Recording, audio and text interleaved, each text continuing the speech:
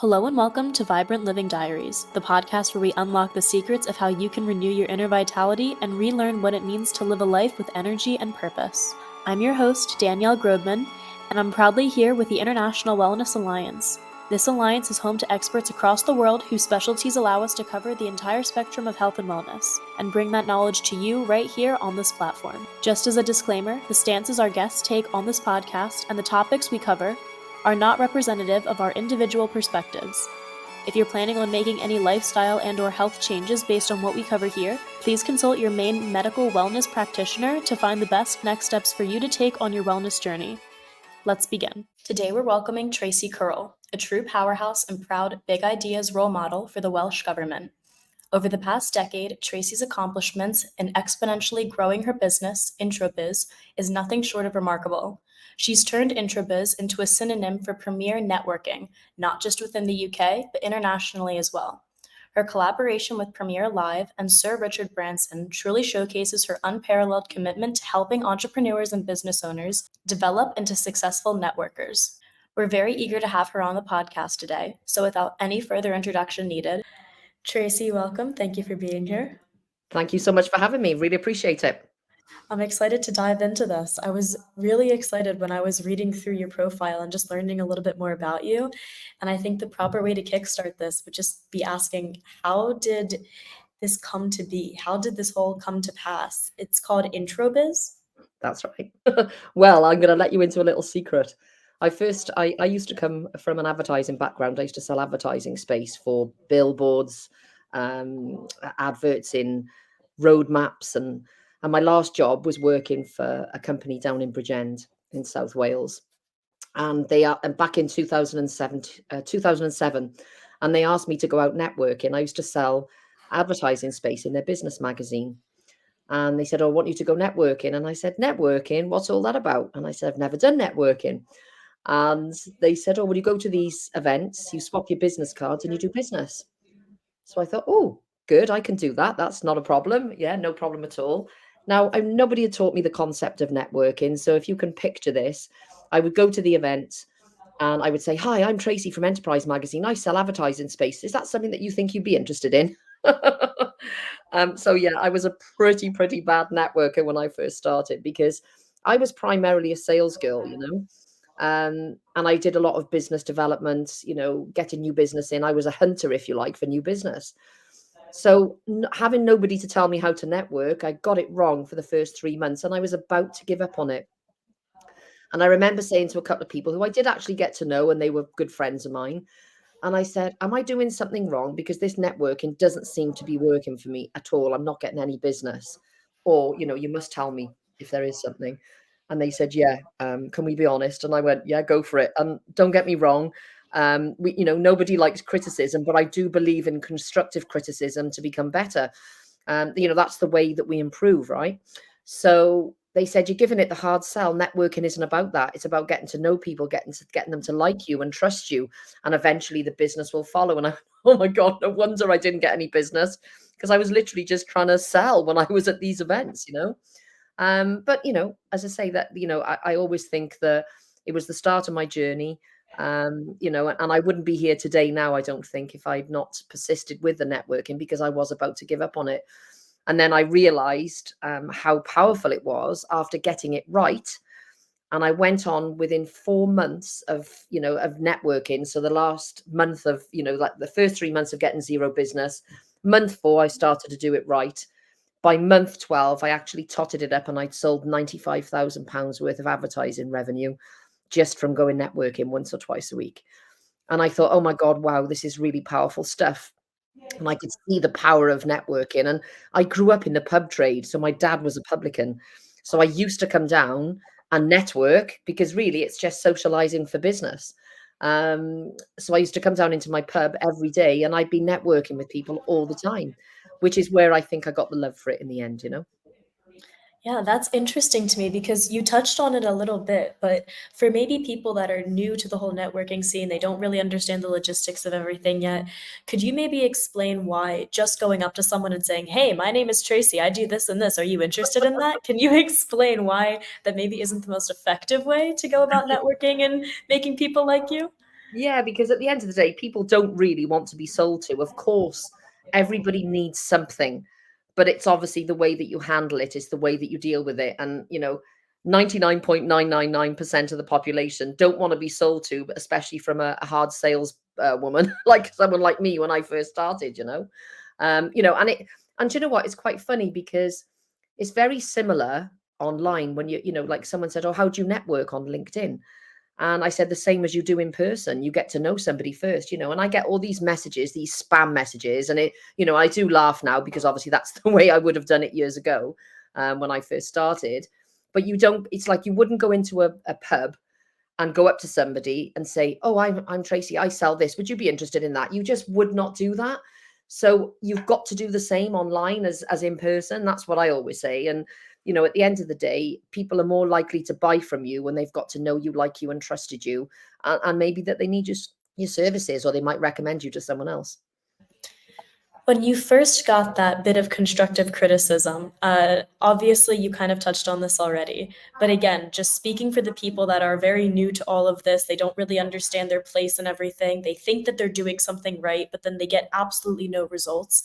What was that one bit of information that you received that really made it click in your brain like, yeah, this is not the right way? Because yes, people can like me. Yes, I can, put in some banter. Yes, I can say this and this.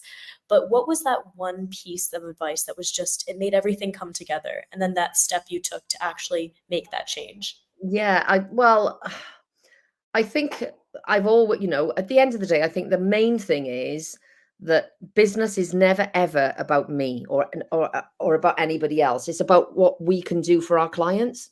So it's serving and showing up for people. And I always remember my business mentor, Sharon Lecter, co-author of Rich Dad, Poor Dad brand.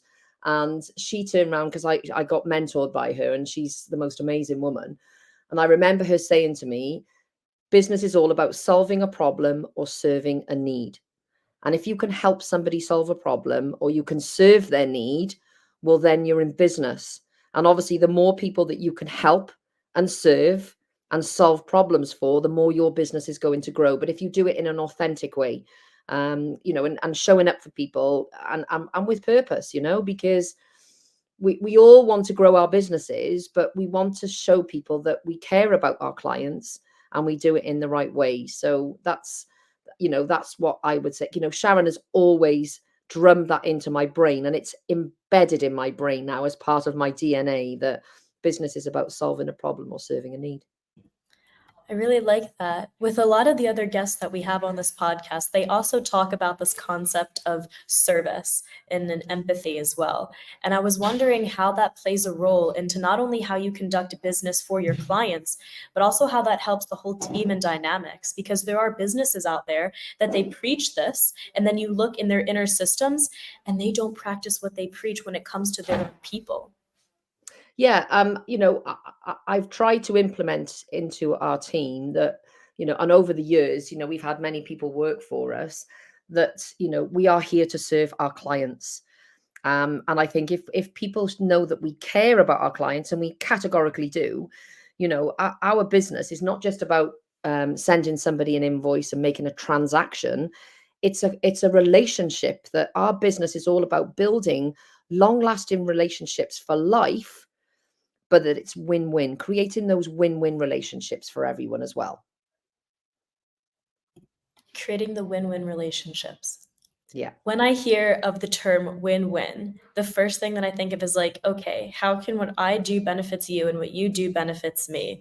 When you think of it and you break it down like that, it sounds very strategic, very methodical.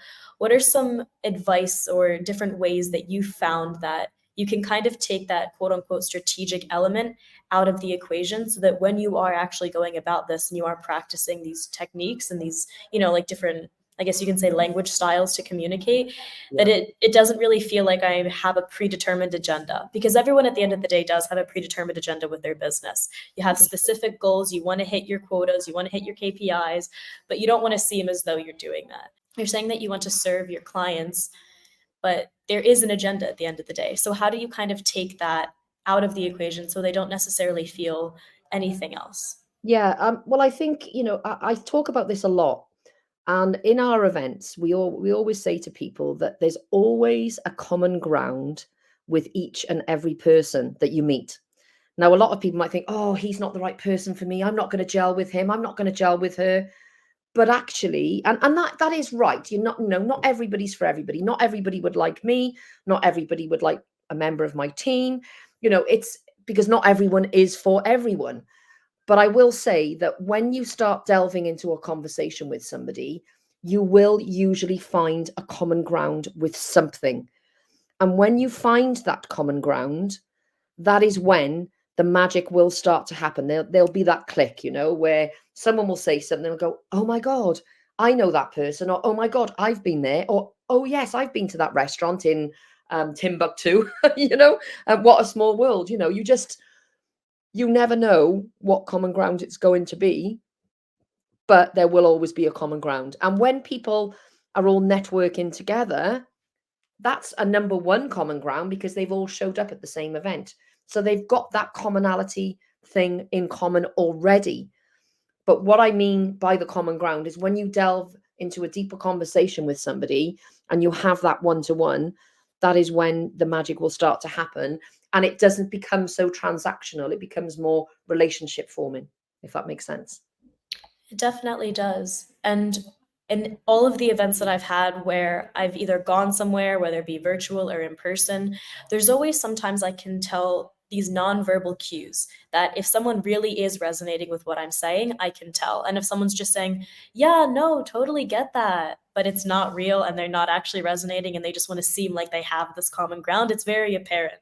Have you noticed these kinds of either subconscious or literally they're consciously doing these nonverbal cues that you can kind of see, okay, I need to hit on this, I need to not hit on this?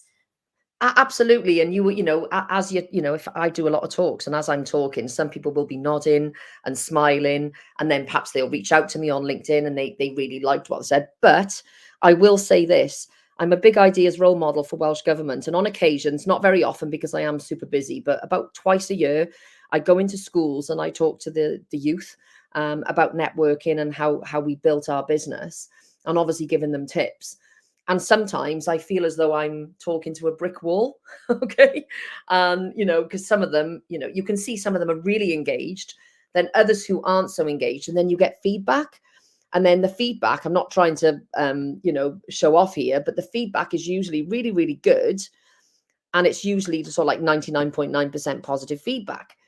And I think, oh my God, everyone actually did enjoy that. And sometimes you don't think somebody's enjoying it, but actually there's different personality types, and there's the ones that are the deep thinkers, or they're thinking about something, and they're the ones that usually enjoy the scenario. But then somebody who's a little bit more gregarious and not so serious will be the ones that are interacting with you or engaging with you. And then you think the quiet ones are not, but it's just because quite often it's their personality type and they're deep thinking about what you're saying, and then it hits home. So don't always assume that you think that not everybody, and don't get me wrong, you're not going to get everybody that, as I said, that would like me. That's the way of the world. But the ones that you think are maybe not resonating or engaging in what you're saying actually are. It's just their personality type. They don't show it. I like that you're hitting on personality types because it's something that I have thought about a lot, but I didn't know how deeply it played a role into whole networking, communication, and things like this. You've probably been introduced to a lot of different personality types over the Yes. span of your career. Is there any one particular personality type that you look for when it comes to if you're hiring, when it comes to who you want to network with? Is there anything in particular that it makes it easier to network with a certain type of personality or traits that you see, oh, I like that this person does this, I might want to take it up? Yeah. I think, like they always say, you attract the tribe who you are like attracts like. However, I've met some amazing people who are deep thinkers.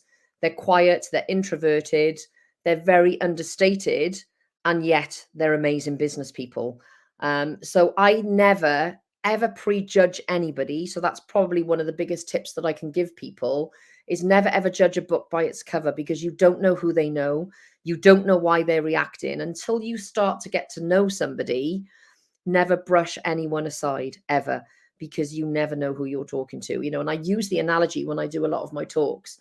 You know, there's that the film The Pretty Woman with Julia Roberts, and obviously she's dressed as a woman of the night, saying that politely. She's got a short skirt on the big thigh high boots, and she walks into the retail store, and they all foo-foo her, don't they? They look at her up and down as if to say she's nothing, and they made her feel uncomfortable. So what happens? She gets the rich boyfriend. She obviously Richard Gere. He takes her into the store next door, and he says, "You fuss her. You walk. You know, you make her feel special now, and she wants this, she wants that." And they literally made her feel special. She bought all these clothes, or Richard bought all the clothes for her, didn't he? And then what happens? She had all the bags. She went next door where they'd made her feel uncomfortable. She walked in, lifted her bags up, and said, "Big mistake, huge," and walks back out again. So never judge a book by its cover. Never underestimate who you're talking to. Might not be the right person for you. And I cannot stress that enough, because if you make everybody feel special, you make everybody feel that they belong to someone or to something, and you make people feel that you care, it's amazing what opportunities there are. They're limitless out there. But if you do make somebody feel uncomfortable or not special, or that you don't care, the opportunities are missed everywhere. So you must treat everybody with respect. I like that. And I want to shift gears a little bit because I think it relates, but I also want to keep the theme of making people feel special. When it comes to social media, we are getting into this new era where everyone has access to everyone. And when it comes to businesses in particular, getting this element of making someone feel special, showing that I'm authentic, showing that I actually have a commonality with you. How do you utilize this when it comes to building a brand of authenticity? Because we are now in this new age of, you now need that. It's now something that if people hear about, oh, you have a business called what? Let me go look it up. Let me see how many followers you have. Let me see how your engagement is. What have you found that has actually helped you when it comes to building and scaling your business? Because a lot of what we do in business now does rely on the online world. Absolutely. And, you know, obviously I'm going to say networking, because that has been instrumental in my business, because my business is all about people. You know, I'm in the people industry and relationship building. So networking is the key. But the other thing is making sure that you show up for people.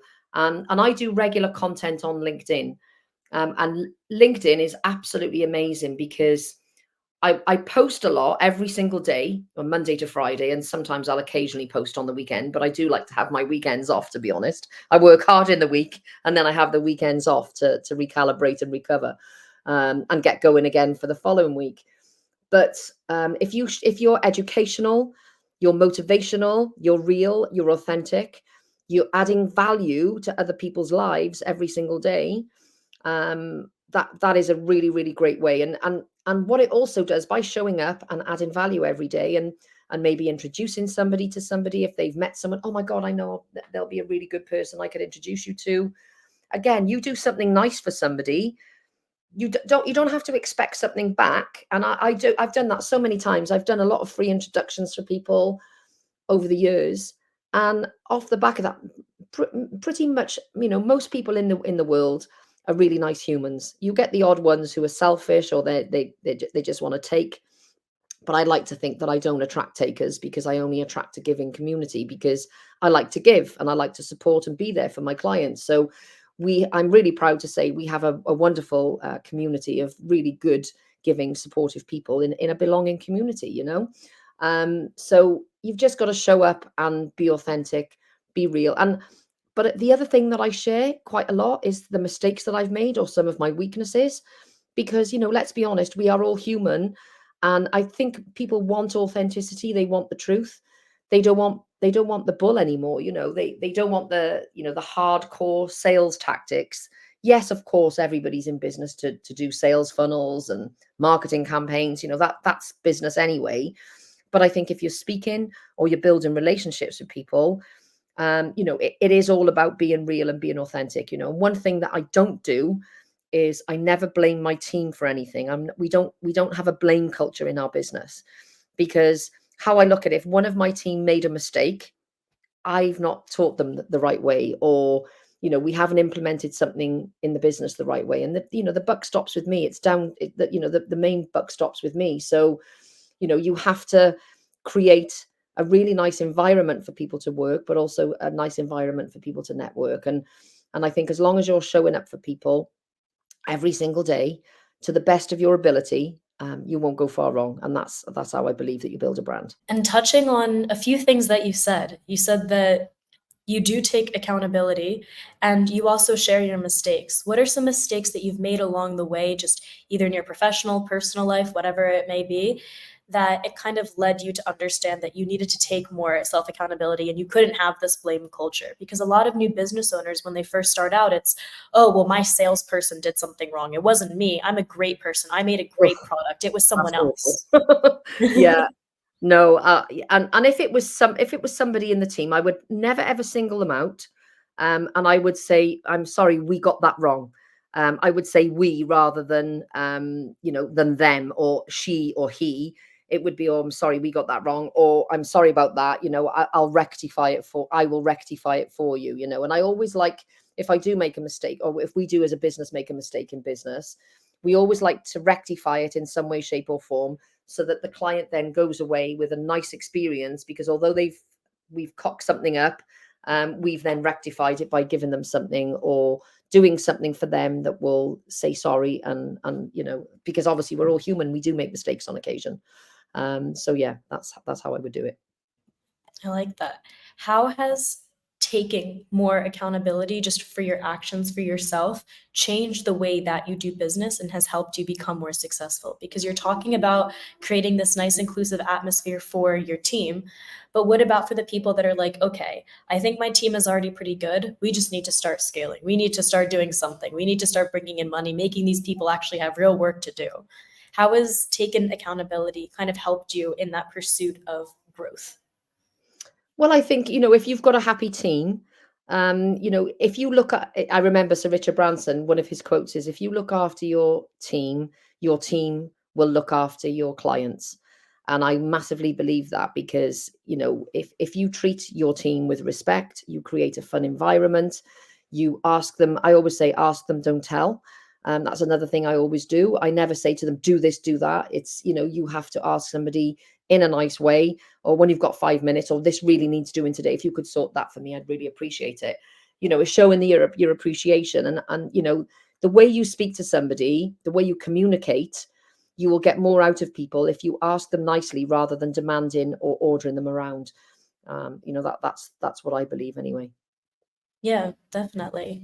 When it comes to networking, when it comes to leading a team, when it comes to all these different things, how do you manage it when maybe, let's say, you wake up one day and you're not really feeling yourself? A lot of people, in terms of blame and not taking accountability, whether it be they blame someone else, sometimes they blame their own emotions. They say, well, I woke up angry today, so therefore I'm justified in taking it out on you. And you just kind of have to deal with it because you know me. I'm normally not like this. I'm normally happy and bubbly, but today is just the exception and you don't have to deal with it.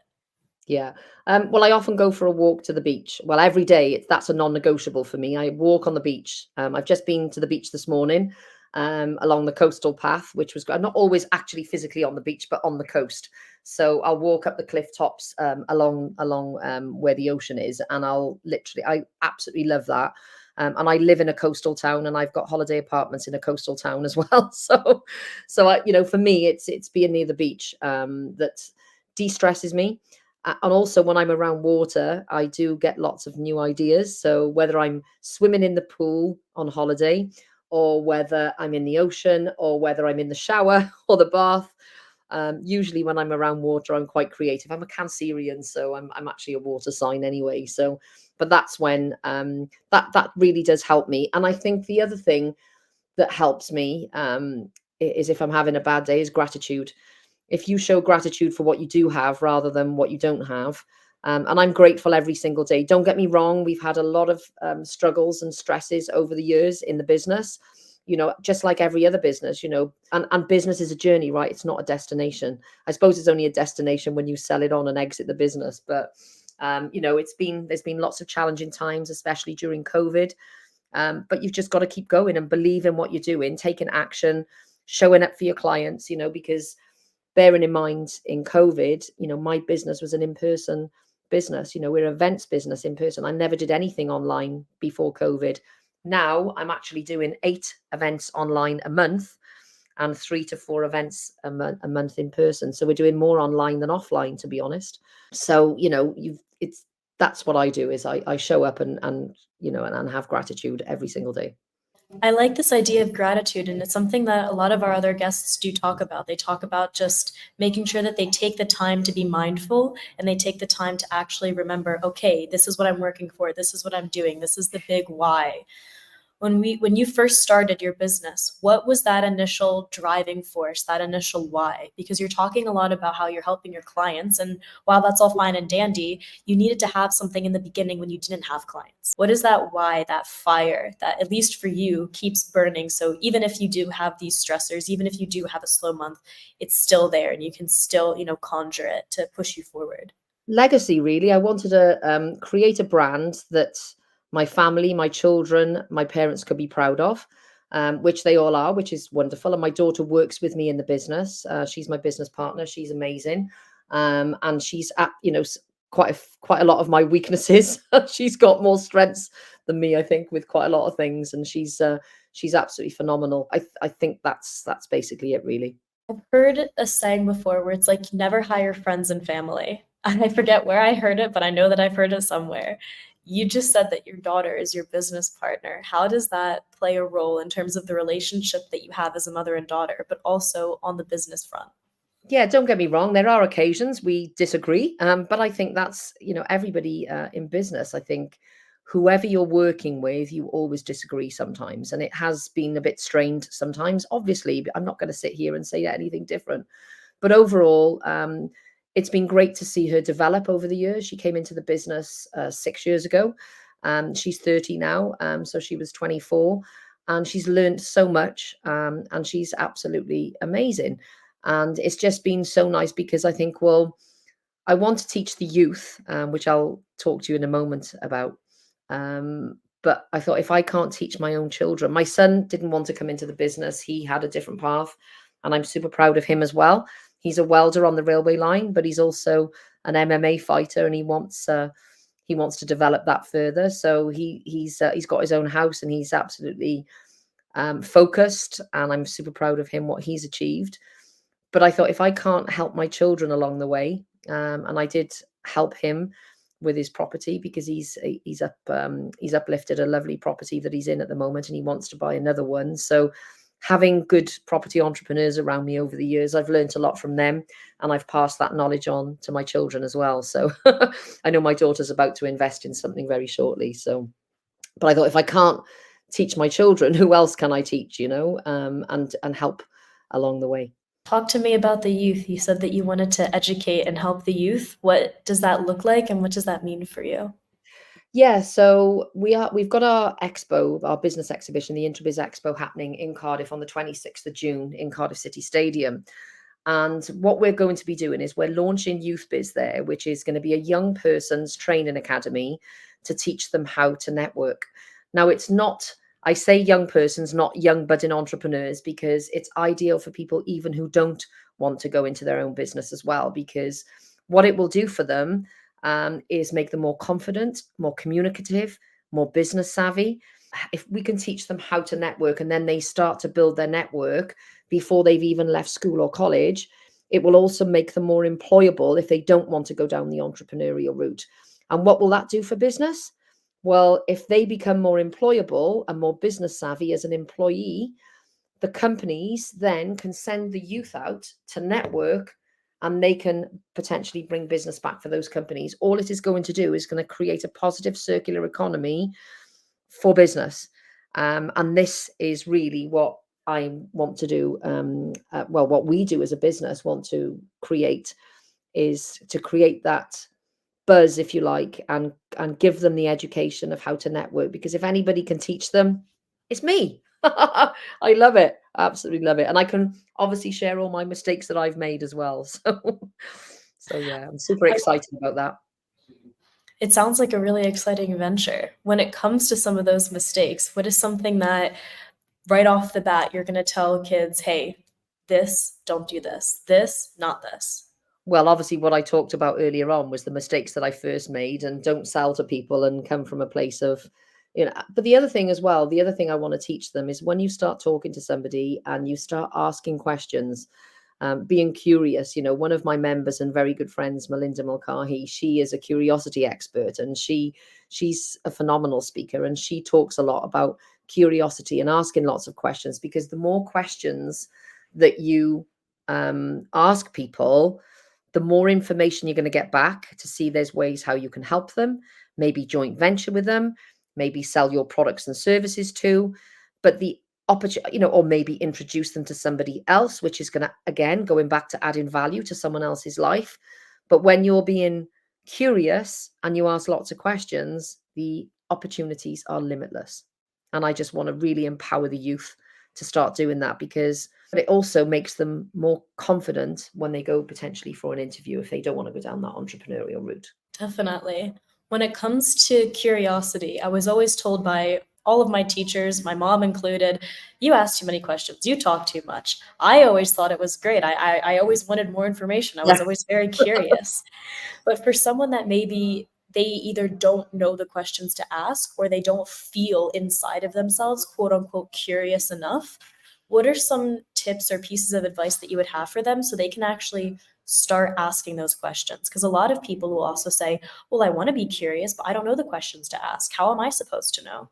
Yeah, well, it's asking things like where, how, who, how did you do that? Where do you get that from? Who are you talking to? Who's your typical client? What is your best selling products? What are your worst selling products? Where is your favorite place to go on holiday? And what we do as a business with our online events, every single week, my daughter actually came up with the idea, Carly, that, we should ask different questions every single week rather than just coming online talking about who they are and what they do in their business, the same old questions. Who's your typical client? Who's your referral partner? Who do you want to work with? Every single week we do that, obviously, because everybody does need to know what everybody does. But then every single week we put people either into a breakout room or they stay in the room, depending on how many are on. And we'll change the questions every single week. So every week so they'll have 3 questions, and it'll be things like, what's your best selling product? Where do you like to go on holiday? What's the fun fact about you? What's your best growth strategy? What's your best marketing strategy? What's the worst mistake you've made in your business? What's your biggest win that you've had? Lots of open-ended questions, and what it does, it starts a conversation. But then by asking different questions every week, number one, you're getting to know them a little bit better. Number two is not boring, because I always say intrabiz doesn't do boring. But also you're getting to know someone, much deeper, and you can find ways of how you can help them or create more opportunities for yourself and find that common ground that we talked about earlier on in the conversation. That's actually what I wanted to ask about, because some of the questions that you gave as the example were very professional, and it's very like, okay, growth strategies, products, services, all of those kinds of great things. And then the other one, it's kind of thrown in there like, where you'd like to go on holiday. So when it comes to asking those questions, how do you make sure that you find the balance between this is personal, but it's not too deep so that they feel uncomfortable with it? Because you can have people that are like, oh yeah, I named my dog Stacy because it's my favorite name for a girl. But then you can have people that say, that's a little too personal. And then it creates that friction. We make it very lighthearted, because when you create that space where it's quite lighthearted, it's relaxed, take back to the last time that you felt unrelaxed, that you felt a bit nervous or you felt a bit stressed. How did it make you feel? Whereas if you're in a more relaxed environment and you just keep it very, very light and not deep, like I would never ask questions about politics or religion, for example. Okay. There's certain things you avoid. So it's generalizing and talking about fun things, because we all like to talk about fun things as well. So if you keep it like that, people are more relaxed, and that's when they're more likely to do business, when they're in a relaxed, light-hearted environment, rather than it being too stuffy, too corporate, and too regimented. Intrabiz isn't regimented. We have a format to follow, but at the same time we let it flow, and everything flows, and we just keep it very light, relaxed, and it's much better then when you do that. And but also creating fun, because at the end of the day, one thing we always have to remember, that yes, we're in business to grow our businesses, but we are human beings that still like to have fun. We still like to go on holiday and have all these different hobbies, you know. So yeah, if you keep it like that, you won't go far wrong. I like that you mentioned that because a lot of the mistakes that a lot of people say that they made when they first began is that they forgot the human aspect to it. Business is a person to person game, but then somewhere along the line, we just kind of lose that humanity. It's also cool how the role of psychology plays a lot into what you're speaking on, because you just said that if someone is in a more relaxed state, then they're better to do business. So it's kind of making sure that you understand how the brain functions in order to how best utilize that, for lack of better words. This state of relaxation, that's very important. Is there another state that you've noticed that is good for people to get into this kind of business flow? I just think is being authentic, because a lot of people put on this persona, or they feel that they have to put on a persona. Just be yourself. That's probably the biggest thing that I can say to people is just be natural, be yourself. Don't put on a persona. Just be yourself, because there are going to be people that don't want to buy off you because if you're being yourself. But why be any different? I'm exactly the same with my clients as I am my friends. I am no different whether I'm in my business or I'm with my friends. I still make it fun no matter what. One of the first ever mentors that I had told me no one online cares about you particularly. They don't care what you've had for breakfast. They just want to know how you can help them. And it was a very kind of different mentality than the one that you're telling me right now, because the persona that I would put online was very different from the one that everyone else knew me on. And it hurt a lot of the business. So it makes sense of what you're saying right now. For someone that is just starting in business, how can they start to get comfortable with themselves if they're maybe not comfortable with themselves? Well, I think, at the end of the day, everybody's got their zone of genius, right? And you've just got to say to yourself, you've got your own zone of genius. I'm good at what I do. I know what my strengths and weaknesses are.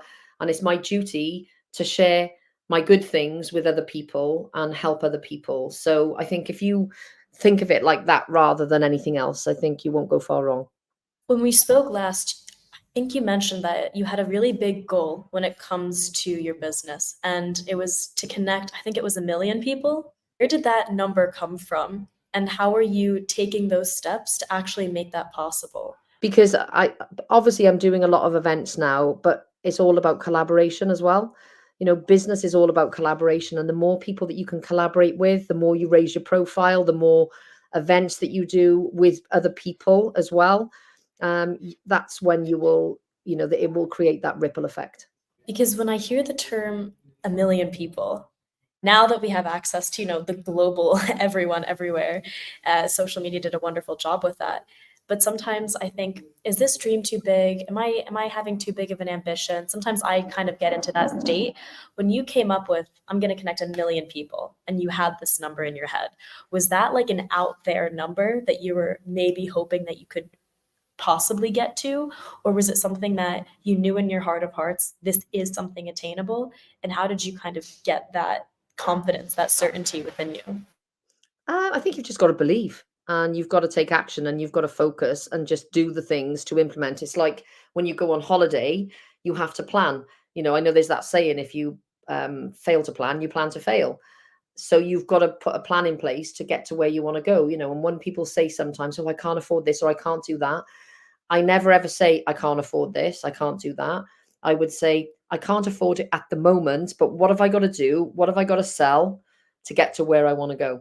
It's always that yet element, Yeah, that just tacking it on at the end, it just makes it so powerful. Was there absolutely. ever a time that you didn't have the yet and it came back and it backfired on you? At the end of the day, there's certain things you're not necessarily going to get to every single goal that you want to achieve. But if you can get a few goals that you really want to achieve, and you get there by taking action and showing up and being focused and, doing what you need to do to get there, that's going to stand you in good stead to do that. And then the more that you do that, the more you will achieve, because once you start to plan and implement and take action and do the things that you need to do, and you do that more on a regular basis, you're going to achieve more goals, right? When it comes to achieving those goals, when it comes to taking that action, what are some of the next big plans, the next big steps that you have moving forward with this business and for the future, besides just the million? Obviously, Youth Biz, I want to create a bigger impact for Youth Biz, and it is all about the Impact Legacy project for us. Again, that would be amazing to have 1 million youth that I can, that we could, as a business, can educate. And I just think it's just creating more people that will take the business of Intrabiz forward by getting more franchises and more licensees on board that will help to grow the brand, that can empower more people and connect more people globally. As a last kind of wrap up, because we are nearing our time for the day, if someone just started this video and they are just seeing your name, they don't really know anything about what we're going to be talking about, what would be a reason you would give them to watch everything that we've just talked about? Well, networking is everything. Human connection is everything. And when you start talking to people and you get curious and you ask lots of open-ended questions for people and you show up for people and you build your trust, the opportunities out there are limitless. And believe you and me, I have been there, done it, got the t-shirt, and I love what I do. I love talking to people. I love connecting people and showing up for people. And if you too can do the same, if I can do it, anyone can do it. Thank you very much for your insights today. No problem at all. Thank you very much for having me. Appreciate it, Danielle. It's been great. And that wraps up today's episode of Vibrant Living Diaries. It has been an absolute pleasure having you with us. A huge thank you to our guest for sharing your expertise and to the International Wellness Alliance for making this possible. Remember, the insights and stories we've shared today are steps towards embracing a life of holistic fulfillment. We hope you've been inspired to take the next step forward in your own wellness journey. As always, we're eager to hear your thoughts and experiences. Connect with us on our social media platforms and feel free to share how you're integrating the knowledge gained here into your daily life. Your journey is important to us, and we look forward to growing together.